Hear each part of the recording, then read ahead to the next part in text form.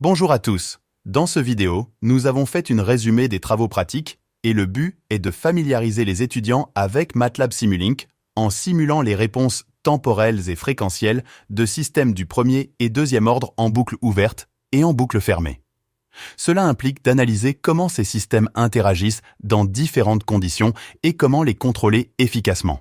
On commence par un système du premier ordre et on a fait un schéma bloc sur MATLAB pour trouver la réponse indicielle à la simulation suivante.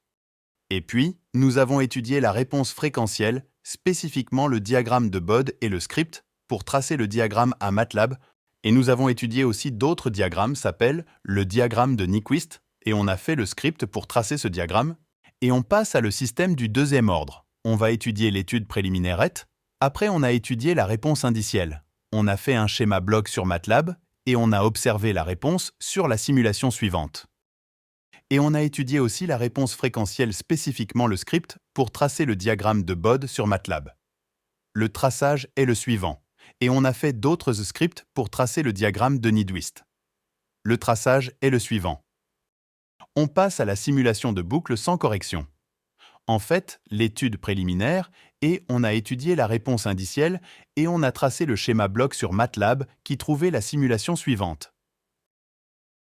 Et nous avons finalement étudié la simulation de boucle avec correction, on a fait l'étude préliminaire et on va tracer les trois variations en fonction de Kc, en faisant varier ce dernier de 0 à 50.